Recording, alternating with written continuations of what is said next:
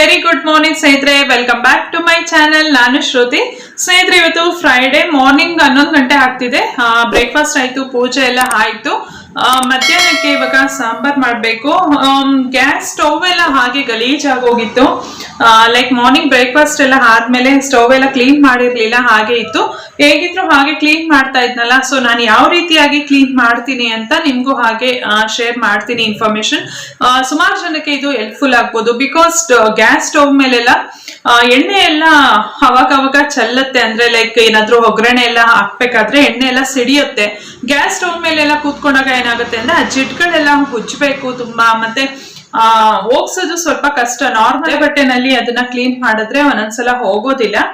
So ಇವತ್ತು ನಾನು ಏನ್ ಹಾಕ್ಬಿಟ್ಟು ಒರೆಸ್ತೀನಿ ಅಂತ ನಾನು ನಿಮ್ಗೆ ಶೇರ್ ಮಾಡ್ತೀನಿ. ಇಟ್ ಮೇ ಬಿ ಯೂಸ್ ಆಗ್ಬೋದು ತುಂಬಾ ಜನಕ್ಕೆ.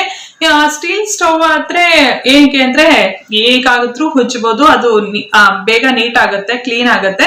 ಬಟ್ ಆದ್ರೆ ಈ ತರ ನಮ್ದು ಗ್ಲಾಸ್ ಟಾಪ್ ಇರೋಂತ ಸ್ಟವ್ಗಳಾದ್ರೆ ಸ್ವಲ್ಪ ಕಷ್ಟ ಕ್ಲೀನ್ ಮಾಡೋದು. ನಾನು ಆಲ್ರೆಡಿ ಗ್ಯಾಸ್ ಸ್ಟವ್ ಬಗ್ಗೆ ಹಿಂದೆ ಒಂದು ವಿಡಿಯೋ ಮಾಡಿದೀನಿ. ಯಾರಾದ್ರೂ ನೋಡಿಲ್ಲ ಅಂದ್ರೆ ಆ ವಿಡಿಯೋನ ಕೂಡ ನೋಡಿ. ಮತ್ತೆ ಮಧ್ಯಾಹ್ನಕ್ಕೆ ಅಂತ ತರಕಾರಿ ಸಾಂಬಾರ್ ಮಾಡ್ತಾ ಇದ್ದೀನಿ. ಇವತ್ತು ನೈಟ್ ಒಂದು ಫಂಕ್ಷನ್ ಇದೆ, ಅಂದ್ರೆ ಮಂಜು ಫ್ರೆಂಡ್ ಮಗುದು ಬರ್ತ್ಡೇ ಫಂಕ್ಷನ್ ಇದೆ, ಅಲ್ಲಿಗೆ ಹೋಗ್ಬೇಕು. ಸಾಂಬಾರ್ ಅಂದಿದ ತಕ್ಷಣ ಒಂದು ನೆನಪಾಯ್ತು. ಲಾಸ್ಟ್ ಟೈಮು ನಾನೊಂದು ಚಾಪರ್ ತೋರಿಸಿದ್ದೆ ಒಂದು ವಿಡಿಯೋದಲ್ಲಿ. ಒಬ್ರು ನೀತು ಅನ್ನೋರು ಪಾಪ ಸುಮಾರು ದಿನ ಕೇಳಿದ್ರು ಚಾಪರ್ನ ತೋರಿಸಿ ನೀವು ಯೂಸ್ ಮಾಡೋದು ಅಂತ. ಇರೋದು ಚಾಪರ್ ಈ ತರದ್ದು. ಇದು ಆಲ್ ಇನ್ ಒನ್, ಅಂದ್ರೆ ಸುಮಾರು ತರ ಬ್ಲೇಡ್ಸ್ ಗಳನ್ನ ಕೊಟ್ಟಿರ್ತಾರೆ ಇದ್ರಲ್ಲಿ. ಇದನ್ನ ಯೂಸ್ ಮಾಡ್ಕೊಂಡು ನಾವು ವೆಜಿಟೇಬಲ್ಸ್ ಎಲ್ಲ ಕಟ್ ಮಾಡ್ಬೋದು. ಈವನ್ ಸ್ಲೈಸಿಂಗ್ ಕೂಡ ಇರುತ್ತೆ. ಇವಾಗ ನಾವು ಪೊಟೆಟೊ ಚಿಪ್ಸ್ ಎಲ್ಲ ಮಾಡ್ಬೇಕಾದ್ರೆ ಸ್ಲೈಸಿಂಗ್ ಮಾಡ್ಬೋದು. ಗ್ರೇಟಿಂಗ್ ಅಂದ್ರೆ ಒಂದು ಗ್ರೇಟರ್ ಕೂಡ ಕೊಟ್ಟಿರ್ತಾರೆ, ಸಿಪ್ಪೆ ಎಲ್ಲ ತೆಗೆಯುವಂತದ್ದು. ಮತ್ತೆ almost all kinds of except beans ಈ ತರದ್ ಬಿಟ್ಟು almost all kinds of vegetables ಎಲ್ಲ ಇದರಲ್ಲಿ ಕಟ್ ಮಾಡ್ಬೋದು. ಬೇಗ ಈಸಿಯಾಗಿ ಕ್ವಿಕ್ ಆಗುತ್ತೆ. ಅಂದ್ರೆ ಲೈಕ್ ಇವಾಗ ಏನಾದ್ರೂ ಒಂದು ಫಂಕ್ಷನ್ ಏನಾದ್ರೂ ಇದ್ದಾಗ ಮನೆಯಲ್ಲಿ, ಇಲ್ಲ ಹಬ್ಬ ಹರಿದಿನ ಏನಾದ್ರು ಇದ್ದಾಗ ಜಾಸ್ತಿ ಕ್ವಾಂಟಿಟಿಯಲ್ಲಿ ಏನಾದ್ರೂ ತರಕಾರಿಗಳೆಲ್ಲ ಕಟ್ ಮಾಡ್ಬೇಕು ಅಂದ್ರೆ ಬೇಗ ಚಕ ಅಂತ ಆಗತ್ತೆ ಇದು. ಇದು ಎಷ್ಟು ಬ್ಲೇಡ್ಸ್ ಬರುತ್ತೆ ಇದ್ರಲ್ಲಿ ಅಂತ ಅಂದ್ರೆ ಸುಮಾರು 12 ಬ್ಲೇಡ್ಸ್ ಬರುತ್ತೆ, ಶಾರ್ಪ್ ಬ್ಲೇಡ್ಸ್ ಬರುತ್ತೆ ಇದ್ರಲ್ಲಿ. ಇದನ್ನ ನಾನು ಅವಾಗ ಶಾಪ್ ಜಿಯಿಂದ ತರಿಸಿದ್ದು, ಸುಮಾರು ದಿನ ಆಯ್ತು ಇದನ್ನ ತರಿಸಿ. ಅದ್ರದ್ದು ಲಿಂಕ್ ಕೂಡ ನಾನು ಕೆಳಗಡೆ ಡಿಸ್ಕ್ರಿಪ್ಷನ್ ಬಾಕ್ಸ್ ನಲ್ಲಿ ಕೊಟ್ಟಿರ್ತೀನಿ. ಮತ್ತೆ ಇನ್ನೊಂದು ಕ್ಲಿಪ್ಸ್ಗಳು, ಇದು ಕೂಡ ತರಿಸಿ ಸುಮಾರು ದಿನ ಆಯ್ತು. ಇದ್ರಲ್ಲಿ ನಾನು ಒಂದು ಸುಮಾರು ಇಷ್ಟೊಂದು 3-4 ಡಜನ್ಸ್ ತರಿಸಿದ್ದೆ ಅಂತ ಹೇಳ್ಬೋದು. ಈ ಕ್ಲಿಪ್ಸ್ಗಳೆಲ್ಲ ಏನಂತ ಅಂದ್ರೆ ಈ ಏನಾದ್ರೂ ಫುಡ್ ಐಟಮ್ಸ್ ಏನಾದ್ರೂ ಉಳಿದಿದ್ರೆ, ಅಂದ್ರೆ ಪ್ಯಾಕ್ಡ್ ಐಟಮ್ಸ್ ಎಲ್ಲ, ಇವಾಗ ನಾವು ಲೇಸ್ ಮತ್ತೆ ಇಲ್ಲ ಏನಾದ್ರೂ ಗ್ರಾಸರಿ ಎಲ್ಲ ತಂದಿರ್ತೀವಲ್ಲ, ಆ ತರ ಗ್ರಾಸರಿ ಎಲ್ಲ ತಂದಾಗ ಎಕ್ಸ್ಟ್ರಾ ಏನಾದ್ರೂ ಉಳಿದಿದ್ರೆ ಈ ತರ ಕ್ಲಿಪ್ಸ್ ಹಾಕಿ ಇಡ್ಬೋದು. ಇದ್ರಲ್ಲಿ ಎಷ್ಟು ಬರುತ್ತೆ ಅಂದ್ರೆ ಸುಮಾರು 18 ಪೀಸಸ್ ಬರುತ್ತೆ. ಇದು ಕೂಡ ಶಾಪ್ ಜಿಯಿಂದ ತರಿಸಿದ್ದು. ಇದ್ರಲ್ಲಿ ಆಲ್ಮೋಸ್ಟ್ ನಾನು ಸುಮಾರು ಇಟ್ಕೊಂಡಿದ್ದೀನಿ. ಇದಿಷ್ಟೇ 12 ಪೀಸಸ್, 18 ಪೀಸ್ ಬರುತ್ತೆ. ಸಾರಿ, ನನ್ನ ಹತ್ರ ಈ ತರದ್ದು ಆಲ್ಮೋಸ್ಟ್ ಒಂದು 3 ಪ್ಯಾಕ್ಸ್ ಇದೆ. ಯೂಸ್ ಆಗುತ್ತೆ ಮಾತ್ರ, ಇದು ತುಂಬಾನೇ ಯೂಸ್ ಆಗುತ್ತೆ ಅಂತ ಹೇಳ್ಬೋದು. ನನ್ ಮಗಳು ಯಾವ್ದೋ ಸ್ನಾಕ್ಸ್, ಕರೆಕ್ಟ್ ಸ್ನಾಕ್ಸ್ ಎಲ್ಲ ಓಪನ್ ಮಾಡಿದ್ಮೇಲೆ ಏನಾಗುತ್ತೆ ಅಂದ್ರೆ ಕೆಲವೊಮ್ಮೆ ನಾವು ಡಬ್ಬಿಗೆ ಹಾಕಿಟ್ರು ಕೂಡ ಅದೊಂಥರ ಸ್ನಾಕ್ಸ್ ಎಲ್ಲ ತುಂಬಾ ಮೆತ್ತಗಾಗೋಗುತ್ತೆ.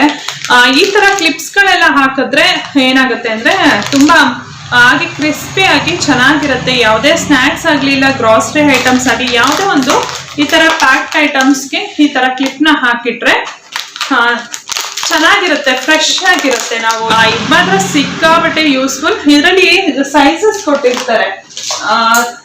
ನೋಡಿ ನೋಡ್ತಾ ಇರ್ಬೋದು, ಇದು ದೊಡ್ಡ ಸೈಜ್ ಅಲ್ಲಿ ಇರುತ್ತೆ. ಇದು ನೋಡ್ತಾ ಇರ್ಬೋದು, ಈ ಸೈಜ್ ಅಲ್ಲಿ ಒಂದು ಸಿಗುತ್ತೆ. ಮತ್ತೆ ಅದು ಬಿಟ್ರೆ ಇನ್ನೊಂದು ಸ್ಮಾಲ್ ಸೈಜ್. ಸೊ 3 ಸೈಜಸ್ ಅಲ್ಲಿ ಬರುತ್ತೆ ಇದು. ನೀತು ಅನ್ನೋರು ಕೇಳಿದ್ರಲ್ಲ, ಸೊ ಅದಕ್ಕೋಸ್ಕರ ಆ ಚಾಪರ್ ನ ತೋರ್ಸೋಣ ಅಂತ ಹಾಗೆ ಜೊತೆಲಿತ್ತು, ಹಾಗೆ ತೋರಿಸ್ದೆ. ಈಗ ಈ ಚಾಪರ್ ನ ತೋರಿಸ್ತೀನಿ. ತೋರಿಸ್ಬಿಟ್ಟು ನಾನು ಹಾಗೆ ಹೇಗೆ ಗ್ಯಾಸ್ ಸ್ಟವ್ ಎಲ್ಲ ಕ್ಲೀನ್ ಮಾಡ್ತೀನಿ ಅಂತ ಕೂಡ ಹೇಳ್ತೀನಿ. ಜೊತೆಗೆ ಈಗ ಅಡ್ಗೆ ಎಲ್ಲ ಆದ್ಮೇಲೆ ಒಂದ್ ಸ್ಯಾರಿಗೆ ಕುಚ್ಚು ಕೂಡ ಹಾಕ್ಬೇಕು ಅಂತ ಅನ್ಕೊಂಡಿದೀನಿ. ತೋರಿಸ್ತೀನಿ ಅದನ್ನು ಕೂಡ ಹೇಗ್ ನಾನು ಸ್ಯಾರಿಗೆ ಕುಚ್ಚಾಕ್ತೀನಿ ಅಂತ.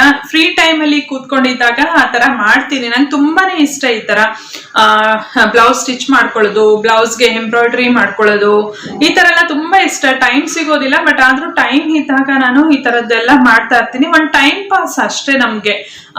ಏನಂತ ಅಂದ್ರೆ ಯಾವ್ದ್ರಲ್ಲಾದ್ರೂ ಒಂದ್ ಕೆಲ್ಸದಲ್ಲಿ ತುಂಬಾ ನಾವು ಬ್ಯುಸಿ ಆಗಿದ್ದಾಗ ನಮ್ಮ ಮನ್ಸು, ನಮ್ಮ ಮೈಂಡ್ ಬೇರೆ ಕಡೆ ಡೈವರ್ಟ್ ಆಗೋದಿಲ್ಲ. ಏನಾದ್ರೂ ಒಂದು ಮನೆ ಅಂತ ಅಂದ್ಮೇಲೆ ಎಲ್ಲಾ ರೀತಿನಲ್ಲೂ ಇರುತ್ತೆ. ಯಾವಾಗ್ಲಾದ್ರೂ ಸಮಟೈಮ್ಸ್ ಏನಾದ್ರೂ ಬೇಜಾರಾದಾಗ, ಏನೋ ಒಂದ್ ವಿಷಯ ಏನಾದ್ರೂ ನಾವು ತಲೆನಲ್ಲಿ ಇಟ್ಕೊಂಡಾಗ ಈ ತರ ಏನಾದ್ರೂ ಕೆಲ್ಸಗಳು ಮಾಡ್ತಾ ಇದ್ರೆ ಅದು ಮನ್ಸಲ್ಲಿ ಕೊರಿಯೋದಿಲ್ಲ, ಮನ್ಸು ಬೇರೆ ಕಡೆ ಡೈವರ್ಟ್ ಆಗುತ್ತೆ. ಸೊ ಅದಕ್ಕೋಸ್ಕರ ಈ ತರ ಎಲ್ಲ ಕೆಲಸ ಮಾಡ್ತಾ ಇರ್ತೀನಿ ನಾನು. ಇದ್ರ ಮೇಲೆ ಕೊಟ್ಟಿರ್ತಾರೆ ಯಾವ್ದೆಲ್ಲ ಒಂದು ವೆಜಿಟೇಬಲ್ಸ್ ನ ಇದ್ರಲ್ಲಿ ಕಟ್ ಮಾಡ್ಬೋದು ಅಂತ ನೀವ್ ನೋಡ್ತಾ ಇರ್ಬೋದು. ಮತ್ತೆ ಇವನ್ ಪ್ಲೇಟ್ಸ್ ಕೂಡ ತೋರಿಸ್ತಾ ಇದ್ದಾರೆ, ಆ ಪ್ಲೇಟ್ಸ್ ಗಳು. ಸೊ ಯಾವ್ದೆಲ್ಲ ಒಂದು ಪ್ಲೇಟ್ಸ್ ಗಳು ಯಾವ ಒಂದು ವೆಜಿಟೇಬಲ್ಸ್ ಗೆ ಯೂಸ್ ಆಗುತ್ತೆ, ಯಾವ ಒಂದು ಡಿಸೈನ್ ಅಲ್ಲಿ ಕಟ್ ಮಾಡೋದಕ್ಕೆಲ್ಲ ಯೂಸ್ ಆಗುತ್ತೆ ಅಂತ ಇದ್ರ ಮೇಲ್ಗಡೆನೆ ಕೊಟ್ಟಿರ್ತಾರೆ. ನಾನು ಹಾಗೆ ಇದ್ರದ್ದು ಬಾಕ್ಸ್ ಬಂದು ಈ ತರ ಇರುತ್ತೆ ನೀತು ಅವ್ರೆ. ನೀವ್ ಲಾಸ್ಟ್ ಟೈಮ್ ನನ್ನ ಕೇಳಿದ್ರಲ್ವಾ ಚಾಪರ್ ನ ತೋರಿಸಿ ಅಂತ. ಸೊ ಈ ತರ ಇದು ಇಲ್ಲಿ ಪುಷ್ ಅಂತ ಒಂದು ಬಟನ್ ಇರುತ್ತೆ. ಈ ಪುಷ್ ಅಂತ ಮಾಡಿದ್ರೆ ನಾನು ಅದೆಲ್ಲ ಕ್ಲೀನ್ ಆಗುತ್ತೆ. ಈಗ ಏನಾದ್ರು ವೆಜಿಟೇಬಲ್ಸ್ ಎಲ್ಲ ಕಟ್ ಮಾಡಿದಾಗ ಏನಾಗುತ್ತೆ ಅಂದ್ರೆ ಇಲ್ಲೆಲ್ಲ ಮಧ್ಯದಲ್ಲೆಲ್ಲ ಹೋಗಿ ವೆಜಿಟೇಬಲ್ಸ್ ಎಲ್ಲ ಏನಾದ್ರು ಕೂತಾಗ ನಾವು ಈ ತರ ಅಲ್ಲಿ ಪ್ರೆಸ್ ಮಾಡಿದಾಗ ಇಲ್ಲಿ ನೋಡ್ತಾ ಇರ್ಬೋದು ಹೀಗೆ ಮೇಲ್ ಬರುತ್ತೆ ಅದ್ರಲ್ಲಿ ಇರೋ ಅಂತ ಒಂದು ಪ್ಲೇಟ್. ಸೊ ಅವಾಗ ವೆಜಿಟೇಬಲ್ಸ್ ಎಲ್ಲ ಕ್ಲೀನ್ ಆಗತ್ತೆ. ಇದ್ರಲ್ಲಿ ಸುಮಾರು 13 ಬ್ಲೇಡ್ಸ್ ಕೊಟ್ಟಿರ್ತಾರೆ, ನೀವು ನೋಡ್ತಾ ಇರ್ಬೋದು ಇಲ್ಲಿ ಈ ತರ. ಇದು ಗ್ರೇಟಿಂಗ್ಗೆ ಎಲ್ಲ ಯೂಸ್ ಆಗುತ್ತೆ, ಕೆಲವೊಂದು ಸ್ಲೈಸಸ್ಗೆಲ್ಲ ಯೂಸ್ ಆಗುತ್ತೆ. ಈ ತರ 13 ಬ್ಲೇಡ್ಸ್ ಅಂದ್ರೆ ಇದು ಸೌತೆಕಾಯಿ ಆ ತರದೆಲ್ಲ ಇದ್ರಲ್ಲಿ ಸ್ಲೈಸ್ ಮಾಡ್ಕೊಳ್ಬಹುದು.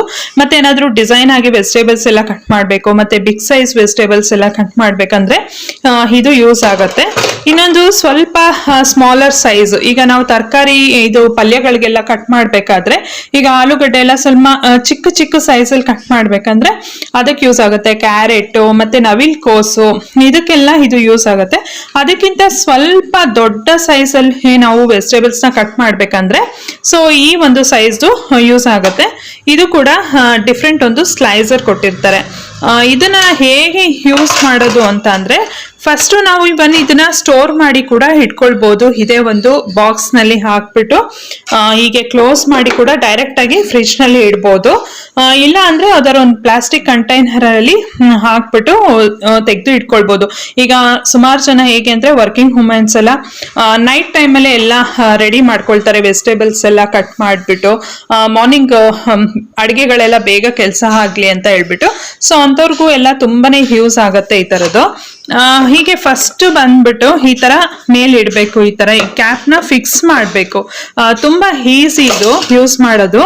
ಈಗ ನೆಕ್ಸ್ಟ್ ಒನ್ ಬಂದು ಈ ತರ ಜಸ್ಟ್ ಈ ತರ ಫಿಕ್ಸ್ ಮಾಡಿದ್ರೆ ಆಯ್ತು. ಈಗ ಏನಾದ್ರು ಕ್ಯಾರೆಟ್ ಏನಾದ್ರು ಗೆಡ್ಡೆಕೋಸ್ ಅದನ್ನೆಲ್ಲ ಏನಾದ್ರು ತುರಿಬೇಕಾದ್ರೆ ಈ ತರ ಮಾಡ್ಕೊಳ್ಳೋದು.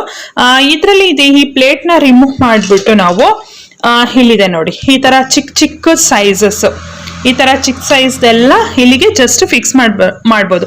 ಇಲ್ಲಿ ಜಸ್ಟ್ ಈ ತರ ಸ್ಕ್ವೇರ್ ಚಿಕ್ಕ ಬ್ಲೇಡ್ ಇದೆಯಲ್ಲ ಇದನ್ನ ಇಲ್ಲಿ ಕೊಟ್ಟಿರ್ತಾರೆ ನೋಡಿ, ಇದನ್ನ ರಿಮೂವ್ ಮಾಡಿದ್ರೆ ಆಯ್ತು ಅಷ್ಟೇ. ಅದರಲ್ಲಿ ನಮ್ಗೆ ಯಾವ್ದು ಬೇಕೋ ಅದನ್ನ ನಾವು ಫಿಕ್ಸ್ ಮಾಡ್ಕೊಳ್ಬಹುದು. ಇದನ್ನ ಫಿಕ್ಸ್ ಮಾಡ್ಕೊಳ್ಬಹುದು ಈ ತರದ್ದು. ನೆಕ್ಸ್ಟ್ ಈ ತರದ್ ಬೇಡ ನಮ್ಗೆ, ಈ ತರ ನಾವು ವೆಜಿಟೇಬಲ್ಸ್ ಎಲ್ಲ ಇವಾಗ ರೆಗ್ಯುಲರ್ ಆಗಿ ನಾವು ವೆಜಿಟೇಬಲ್ಸ್ ಎಲ್ಲ ಕಟ್ ಮಾಡ್ತಿರ್ತೀವಲ್ಲ, ಸೊ ಅಂತದಕ್ಕೆಲ್ಲ ಇದನ್ನ ಯೂಸ್ ಮಾಡಿ ಜಸ್ಟ್ ಹೀಗೆ ಇಲ್ಲಿ ತರಕಾರಿ ವೆಜಿಟೇಬಲ್ಸ್ ಇಟ್ಬಿಟ್ಟು ಹೀಗೆ ಪ್ರೆಸ್ ಮಾಡಿದ್ರೆ ಆಯ್ತು. ಇದು ಕೂಡ ಹಾಗೇನೆ ತುಂಬಾ ಈಸಿ ಮತ್ತು ಶಾರ್ಪ್ ಆಗಿರುತ್ತೆ. ಹುಷಾರಾಗಿ ಹ್ಯಾಂಡಲ್ ಮಾಡಬೇಕು.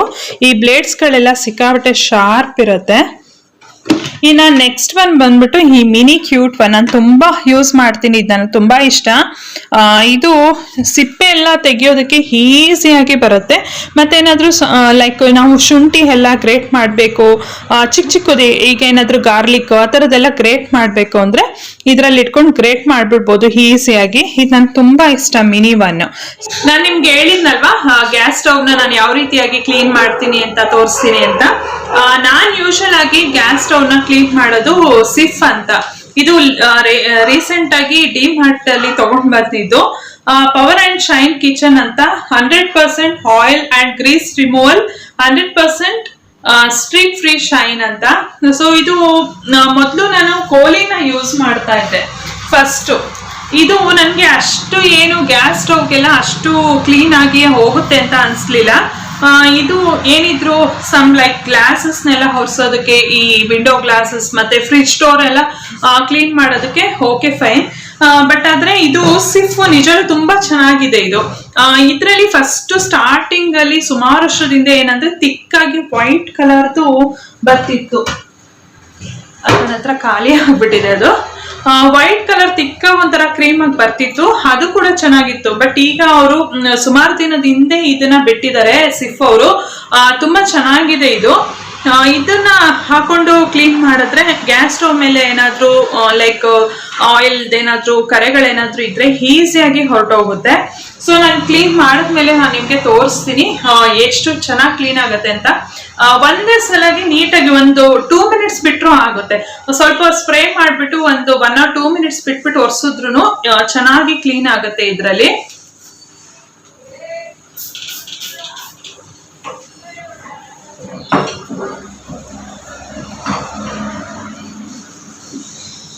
ನಾನು ಈ ತರ ಗ್ಯಾಸ್ ಸ್ಟವ್ ಎಲ್ಲ ಕ್ಲೀನ್ ಮಾಡೋದಕ್ಕೆ ಈ ತರ ಜಸ್ಟ್ ನಾರ್ಮಲ್ ಟರ್ಕಿ ಟವಲ್ ನ ಇಟ್ಕೊಂಡಿದೀನಿ. ಇದ್ರಲ್ಲಿ ನೀಟಾಗಿ ಕ್ಲೀನ್ ಆಗತ್ತೆ ಅಂತ ನಾನು ಇದನ್ನೇ ಯೂಸ್ ಮಾಡೋದು.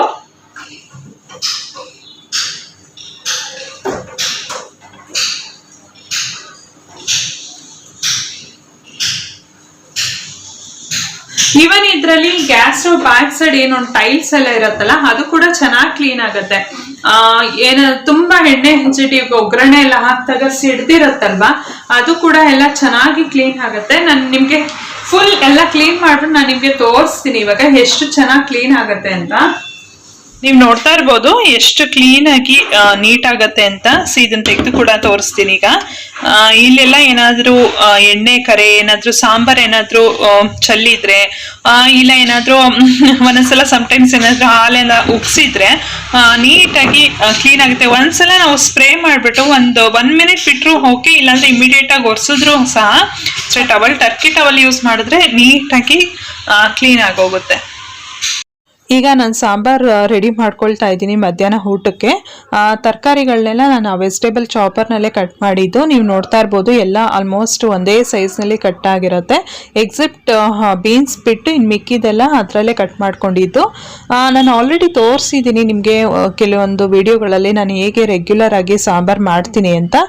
ನಾನು ರುಬ್ಕೊಂಡಿರೋ ಅಂಥ ಮಿಶ್ರಣನ ಹಾಕೊಳ್ತಾ ಇದ್ದೀನಿ. ಇದಕ್ಕೆ ತೆಂಗಿನಕಾಯಿ ತುರಿ, ಹುರ್ಗಡ್ಲೆ, ಜೀರಿಗೆ ಮತ್ತು ಸಾಂಬಾರ್ ಪುಡಿ ಇಷ್ಟೇ ಹಾಕಿ ರುಬ್ಕೊಂಡಿರೋದು. ಸೊ ಈಗ ಇದಿಷ್ಟನ್ನು ಚೆನ್ನಾಗಿ ಕುದಿಸ್ಬಿಟ್ಟು ಉಪ್ಪು, ಹುಳಿ, ಖಾರ ಎಲ್ಲ ಹಾಕಿ ಒಗ್ಗರಣೆ ಕೊಡ್ತೀನಿ. ಸಾಂಬಾರ್ ರೆಡಿ ಆಗುತ್ತೆ ಮಧ್ಯಾಹ್ನ ಊಟಕ್ಕೆ. ಈಗ ಸಾಂಬಾರ್ ಕೂಡ ಚೆನ್ನಾಗಿ ಕುದೀತಾ ಇದೆ. ನಾನು ಲಾಸ್ಟಲ್ಲಿ ಟೊಮೆಟೊ ಹಾಕೊಳ್ತೀನಿ ಯೂಶಲ್ ಆಗಿ. ಫಸ್ಟೇ ನಾನು ಕುಕ್ಕರ್ಗೆ ಟೊಮೆಟೊ ಹಾಕಲ್ಲ, ಬಿಕಾಸ್ ಫುಲ್ ಸ್ಮ್ಯಾಶ್ ಆಗಿ ಹೋಗುತ್ತೆ, ಒಂಥರ ಚೆನ್ನಾಗಿರೋದಿಲ್ಲ.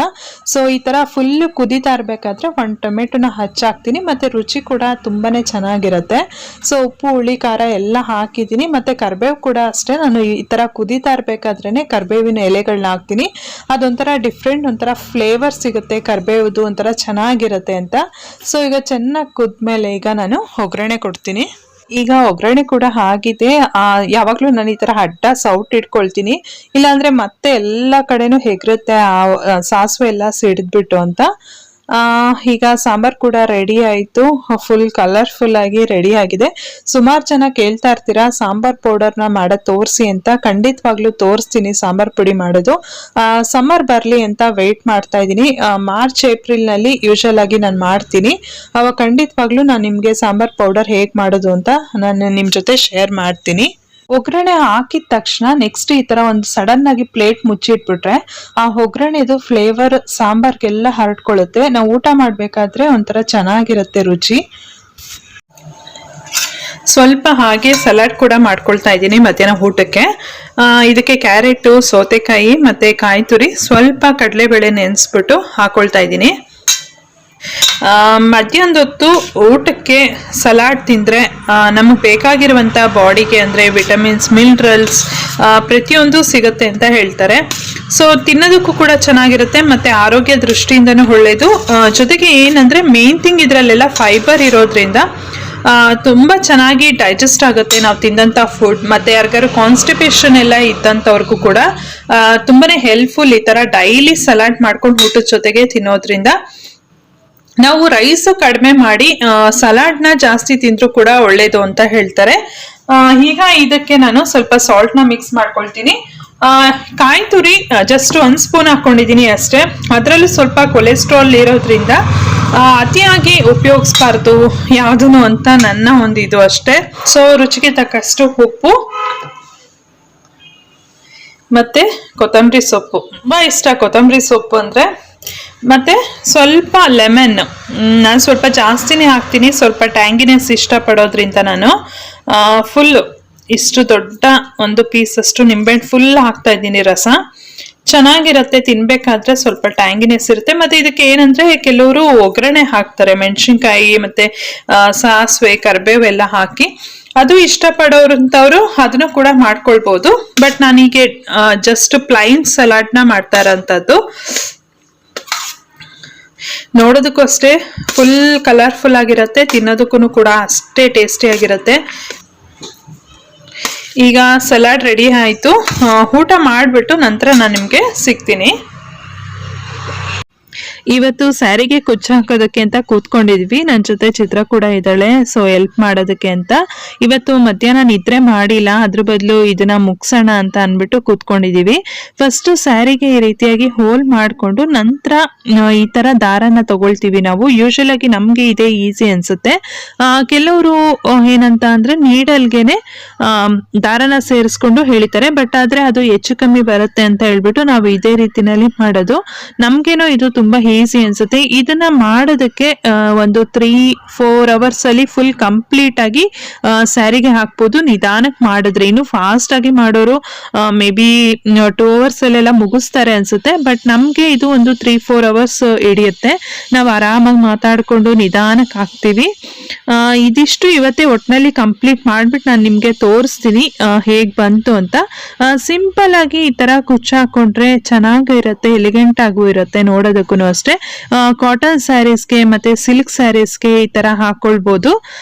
ಇದು ನಿಮ್ಗೆ ಕಂಪ್ಲೀಟ್ ಆಗಿ ಯಾವ ರೀತಿಯಾಗಿ ಹಾಕೋದು ಅಂತ ಏನಾದ್ರು ಬೇಕು ಅಂದ್ರೆ ನಾನು ಮುಂದಿನ ಒಂದು ವಿಡಿಯೋದಲ್ಲಿ ನಾನು ನಿಮ್ಗೆ ತೋರಿಸ್ತೀನಿ ಯಾವ ರೀತಿಯಾಗಿ ನಾವು ಹಾಕಿದ್ವಿ, ಎಷ್ಟು ಎಳೆ ತಗೊಂಡ್ವಿ. ಇದು 60 ಎಳೆ ನಾವು ತಗೊಂಡಿರೋ ಅಂತದ್ದು.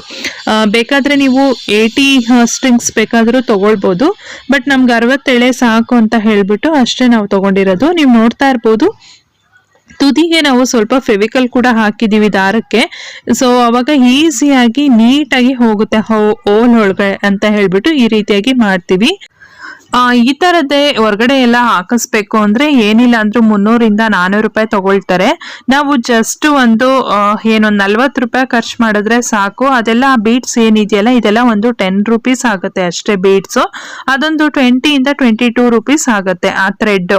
ಸೊ ವಿತಿನ್ ಒಂದು 35 ರೂಪೀಸ್ 40 ರೂಪೀಸ್ ಅಂತಾನೆ ಅನ್ಕೊಳ್ಳಿ, ಬೇಕಾದ್ರೆ ಒಂದು ಹೊಸ ನೀಡಲ್ ತಗೊಂಡ್ರು ಕೂಡ. ಸೊ ವಿತಿನ್ 40 ರೂಪೀಸ್ ಅಲ್ಲಿ ಇಡೀ ಸ್ಯಾರಿಗೆ ಈ ತರ ಕುಚ್ಚು ಹಾಕ್ಬೋದು, ಈಸಿಯಾಗಿ ಹಾಕ್ಬೋದು. ತುಂಬಾ ಏನು ಕಷ್ಟ ಅಂತಾನೂ ಅನ್ಸೋದಿಲ್ಲ, ಚೆನ್ನಾಗಿ ಕೂಡ ಕಾಣಿಸುತ್ತೆ. ನನ್ಗೆ ಈ ತರ ಟೈಮ್ ಸಿಕ್ತಾಗ್ಲೆಲ್ಲ ಈ ತರ ಕುಚ್ಚು ಹಾಕೊಳ್ತೀವಿ. ಅವಳ ಸ್ಯಾರಿಗೆ ನಾನ್ ಕೂಡ ಹೆಲ್ಪ್ ಮಾಡ್ತೀನಿ, ನನ್ನ ಸ್ಯಾರಿಗೆ ಅವಳು ಕೂಡ ಬಂದು ಹೆಲ್ಪ್ ಮಾಡ್ತಾಳೆ. ಬಟ್ ಏನಂತ ಅಂದ್ರೆ ಆ ತುದಿಯಿಂದ ಒಬ್ರು ಈ ತುದಿಯಿಂದ ಒಬ್ರು ಹಾಕ್ಬಾರ್ದು. ಪಲ್ಲುಗೆ ಒಂದ್ ಕಡೆಯಿಂದನೇ ಹಾಕೊಂಡ್ ಬರ್ಬೇಕು, ಆಗ ನೀಟಾಗಿ ಕರೆಕ್ಟ್ ಆಗಿ ಬರುತ್ತೆ. ಇಲ್ಲ ಅಂತ ಅಂದ್ರೆ ಮಧ್ಯದಲ್ಲಿ ಹೆಚ್ಚು ಕಮ್ಮಿ ಆಗ್ಬಿಡತ್ತೆ. ಸೊ ಈಗ ಫುಲ್ ಸ್ಯಾರಿಗೆ ಹಾಕಿದೀವಿ, ನೀವು ನೋಡ್ತಾ ಇರ್ಬೋದು ಕಂಪ್ಲೀಟ್ ಆಗಿದೆ. ಟ್ರಿಪಲ್ ಕಲರ್ ಹಾಕಿದೀವಿ ಇದಕ್ಕೆ. ಕುಚ್ಚೆಲ್ಲ ಫುಲ್ ಕಂಪ್ಲೀಟ್ ಆಯ್ತು. ಇವಾಗ ನೀವು ನೋಡ್ತಾ ಇರ್ಬೋದು ಎಷ್ಟು ಚೆನ್ನಾಗಿ ಬಂದಿದೆ ಅಂತ. ಬ್ಯೂಟಿಫುಲ್, ಸಿಂಪಲ್ ಡಿಸೈನ್ ಆದ್ರೂ ಬ್ಯೂಟಿಫುಲ್ ಆಗಿ ಬಂದಿದೆ ಅಲ್ಲ. ಯಾವಾಗ್ಲೂ ಅಷ್ಟೇ ನಾವು ಸೀರೆಗಳಿಗೆ ಕುಚ್ಚೆಲ್ಲ ಹಾಕಿಸ್ದಾಗ ಲೈಕ್ ಇದೇ ರೀತಿನಲ್ಲಿ ಮಡ್ಸಿಡ್ಬೇಕು. ಹ್ಯಾಂಗರ್ಗೆ ಹಾಕಿದ್ರೆ ನಾವು ಈ ತರ ಹ್ಯಾಂಗರ್ಗೆ ಹಾಕಿ ಇಡ್ಬೇಕು ಯಾವಾಗ್ಲೂ ಅಷ್ಟೇ. ಇದು ಇದ್ರ ಮೇಲೆ ಓವರ್ಲ್ಯಾಪ್ ಆಗ್ಬಾರ್ದು, ಅಂದ್ರೆ ಸ್ಯಾರಿ ಲೈಕ್ ಒಳಗಡೆ ಹೋಗ್ಬಾರ್ದು. ಇದು ಕುಚ್ಚು ಹಾಕಿದಾಗ ಇದೇ ರೀತಿನಲ್ಲಿ ಇರ್ಬೇಕು ಯಾವಾಗ್ಲೂ ಅಷ್ಟೇ. ಇದು ಪ್ಯೂರ್ ಕಾಟನ್ ಸ್ಯಾರಿ. ಇದನ್ನ ನನ್ಗೆ ಮಂಜು ಫ್ರೆಂಡ್ ಗಿಫ್ಟೆಡ್ ಆಗಿ ಕೊಟ್ಟಿದ್ದು. ಅಂದ್ರೆ ಲಾಸ್ಟ್ ಟೈಮ್ ಮಂಜು ಋಷಿಕೇಶ್ ಹರಿದ್ವಾರ್ಗೆ ಹೋಗಿದ್ರು, ಅಲ್ಲಿ ಡೆಹ್ರಾಡೂನ್ ಅಲ್ಲಿ ಅವ್ರ ಫ್ರೆಂಡ್ ಇದಾರೆ ಒಬ್ರು ವಿಭೂತಿ ಅಂತ, ಅವ್ರು ನನ್ಗೆ ಈ ಸ್ಯಾರಿನ ಕೊಟ್ಟು ಕಳ್ಸಿದ್ದು. ನಿಜವಾಗ್ಲೂ ನಂಗೆ ತುಂಬಾನೇ ಇಷ್ಟ ಆಯ್ತು. Pure cotton one. ಯೂಶುವಲ್ ಆಗಿ ನಾರ್ತ್ ಇಂಡಿಯನ್ಸ್ ಹೇಗೆ ಅಂತ ಅಂದ್ರೆ ಮದ್ವೆ ಆಗಿರೋ ಹೆಣ್ಮಕ್ಳಿಗೆ ಅವ್ರು ಏನಾದ್ರು ಗಿಫ್ಟೆಡ್ ಆಗಿ ಕೊಡ್ಬೇಕಂದ್ರೆ ಈ ತರ ಸಮಥಿಂಗ್ ರೆಡ್ ಮೆರೂನಿಶ್ ಅಲ್ಲೇ ಕೊಡೋದು. ಇದ್ರ ಜೊತೆಗೆ ಮೆರೂನ್ ಕಲರ್ಸ್ ನಂಗೆ ಬ್ಯಾಂಗಲ್ಸ್ ಅಂದ್ರೆ ರೆಡ್ಡಿಶ್ ಅಲ್ಲ, ಈ ಕಡೆ ಮೆರೂನ್ ಅಲ್ಲ, ಮಿಡಲ್ ಅಲ್ಲಿ ಇದೆ ಒಂಥರ ಕಲರ್, ಚೆನ್ನಾಗಿದೆ. ಸೊ ಅದನ್ನ ಕೊಟ್ಟಿದ್ರು ಎರಡು ಕೂಡ. ಇದ್ರ ಜೊತೆಗೆ ಸ್ಟಿಕ್ಕರ್ ಎಲ್ಲ ಕೊಟ್ಟು ಕಳ್ಸಿದ್ರು. ಸೊ ತುಂಬಾನೇ ಖುಷಿ ಆಯ್ತು. ನಾವು ಈ ಸಲ ಹೋಗ್ಬೇಕಾಗಿತ್ತು ಅಲ್ಲಿಗೆ, ಹರಿದ್ವಾರ್ ರಿಷಿಕೇಶ್ಗೆ. ಬಟ್ ಈ ಸಲ ಕೊರೋನಾ ಇಂದ ಹೋಗ್ಲಿಲ್ಲ.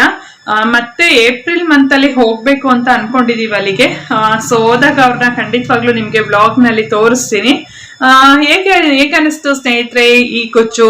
ಇಷ್ಟ ಆಯ್ತಾ ನಿಮ್ಗೆ? ಸಿಂಪಲ್ ಕೊಚ್ಚು, ಏನಂತ ಏನು ತುಂಬಾ ಹೆವಿ ಡಿಸೈನ್ ಅಲ್ಲ, ಬಟ್ ಎಲಿಗೆಂಟ್ ಆಗಿ ಕಾಣಿಸುತ್ತೆ.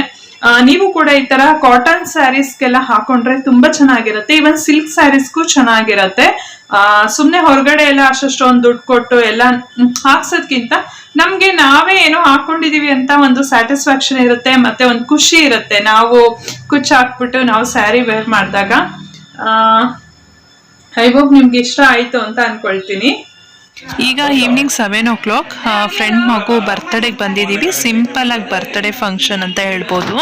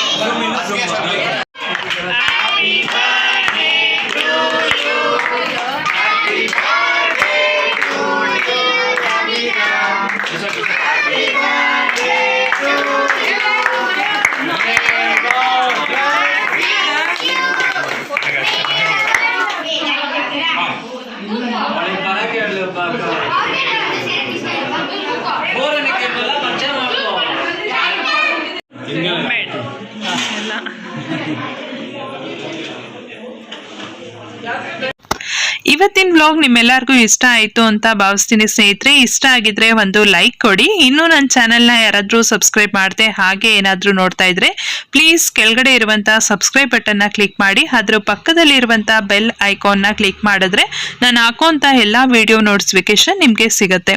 ಓಕೆ ಸ್ನೇಹಿತರೆ, ಇಲ್ಲಿಗೆ ಇವತ್ತಿನ ವ್ಲಾಗ್ ಇಲ್ಲಿಗೆ ಎಂಡ್ ಮಾಡ್ತಾ ಮತ್ತೊಂದು ವ್ಲಾಗ್ನೊಂದಿಗೆ ನಿಮ್ಮನ್ನ ಕಾಣ್ತೀನಿ. ಅಲ್ಲಿಯವರೆಗೂ ನಮಸ್ಕಾರ.